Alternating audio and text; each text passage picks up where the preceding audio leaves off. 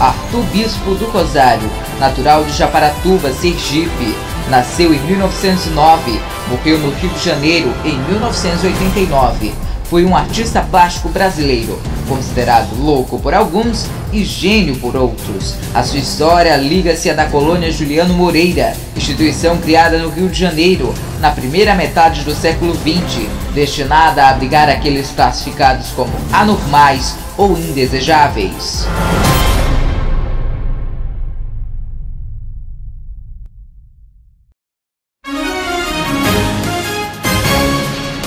Boa tarde. Boa tarde. Louco para alguns e gênio para outros. 14 de maio de 1909. Nasceu em Japaratuba, Arthur Bispo do Rosário. Internado pela primeira vez no Hospício Pedro II. E um mês depois, transferido para a Colônia Juliano Moreira. Sua doença? Esquizofrenia paranoica. 5 de julho de 1989. Aos 80 anos, morre no Rio de Janeiro. Arthur Bispo do Rosário é o grande destaque do Jornal do Sergipe de hoje. Sejam bem-vindos, o Jornal do Sergipe está começando.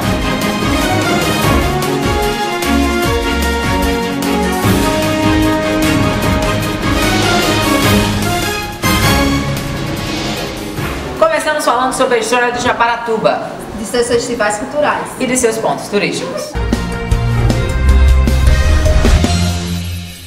Japaratuba é um termo oriundo da língua tupi. Significa ajuntamento de japaras, por meio da junção japara e tuba. No termo japara, se refere aos terrenos arenosos, à beira-mar, alagáveis no inverno, localizado no Vale Cotigüiba, na zona norte do estado. O município de Japaratuba atua a 54 quilômetros da capital, Aracaju. Segundo o historiador Felisberto Freire, houve uma época em que Japaratuba chegou a ter mais escravos que pessoas, abrigando inclusive um dos mais importantes quilombos de Sergipe, que deu origem ao povoado Patioba.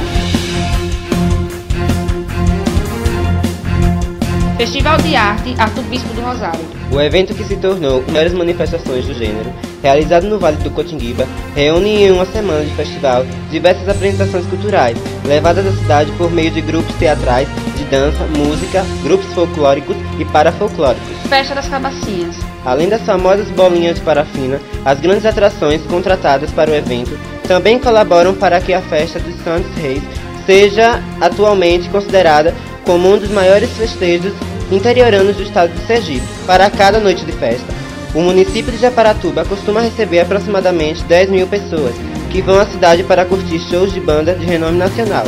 Assim como na programação noturna, durante o dia, milhares de pessoas também são atraídas a Japaratuba. Festa religiosa de Santos Reis e São Benedito. Sabe-se que a celebração, de fato, começou quando, às 5h50, os fogos anunciam a alvorada festiva. No decorrer dos dias, mensagens de louvor aos santos, novenas e missas solenes são realizadas, atraindo religiosos de várias cidades próximas. No sábado, que antecede o encerramento da festa, uma grande procissão de carros toma conta das ruas de Japaratuba, invocando homenagens a São Cristóvão, padroeiro dos motoristas. Patrimônio Igreja da Matriz. Maior monumento artístico e cultural da cidade, a Igreja da Matriz Nossa Senhora da Saúde pode ser vista lá no alto pelo turista, antes mesmo de sua chegada ao município, vindo pela BR-101. Inaugurado em 1882, o santuário foi construído durante as Santas Missões. À época, os missionários iam até Pedreiras e voltavam em procissão, trazendo pedras para erguer o templo religioso. Artesanato. A excelência dos produtos artesanais de Japaratuba é conhecida dentro e fora do Brasil, bem como sua diversidade de preços, tradição passada e geração em geração.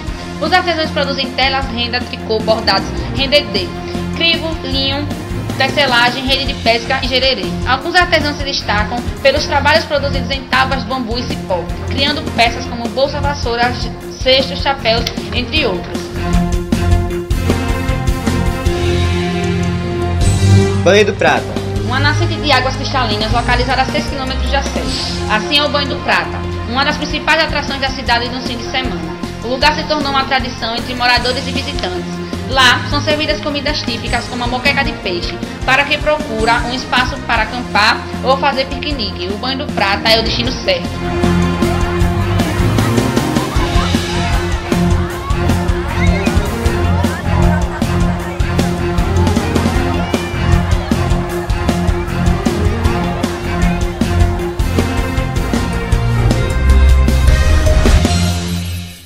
natural de Japaratuba, no interior de Sergipe, onde nascera em 1909 e para onde jamais retornou, para ingressar em 1925 na Marinha. Arcebispo do Rosário foi negro, pobre e nordestino.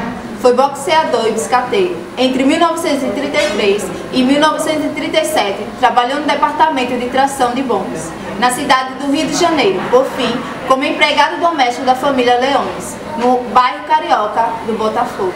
Na noite de 22 de dezembro de 1938, despertou com alucinações que o conduziram ao patrão, o advogado Humberto Magalhães Leone, a quem disse que iria se apresentar à Igreja da Candelária. Depois de peregrinar pela rua 1º de Março e por várias igrejas do então Distrito Federal, terminou subindo ao mosteiro de São Bento, onde anunciou a um grupo de monges que eram enviados de Deus, encarregados de julgar os vivos e os mortos. 2 dias depois, foi detido e fichado pela polícia como negro, sem documentos e indigente, e conduzindo ao Hospício Pedro II, o Hospício da Praia Vermelha, primeira instituição oficial deste tipo no país, inaugurada em 1852, onde anos antes havia sido internado o escritor Lima Barreto. Um mês após sua internação, foi transferido para a colônia Juliano Moreira, localizada no subúrbio de Jacarepaguá, sob o diagnóstico de esquizofrênico paranoico. Aqui recebeu o número de paciente 1662 e permaneceu por mais de 50 anos.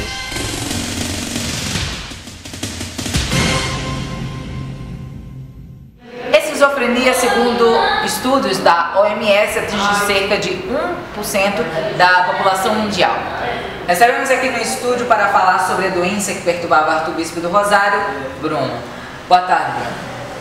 Boa tarde. O que é esquizofrenia? É considerado pela psicopatologia um tipo de sofrimento psíquico grave, caracterizado principalmente pela alteração do contato com a realidade. Quais são as características de um esquizofrênico?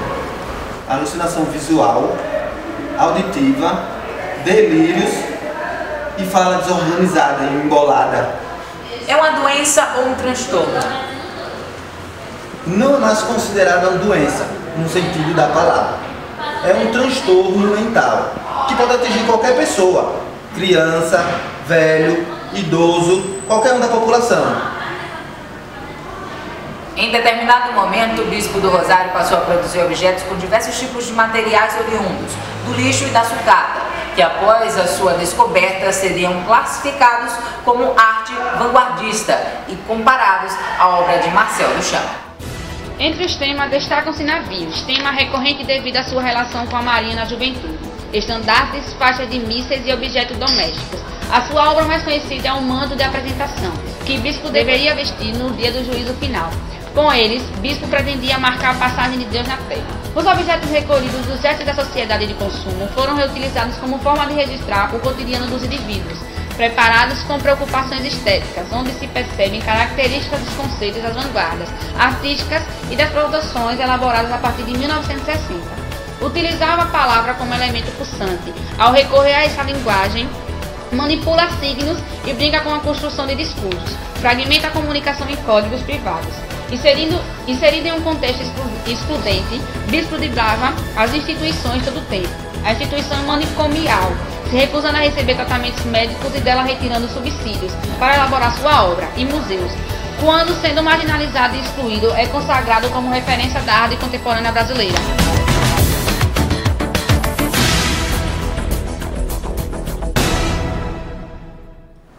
O Jornal do Sergipe termina aqui. Obrigado por sua atenção. Uma ótima tarde para você.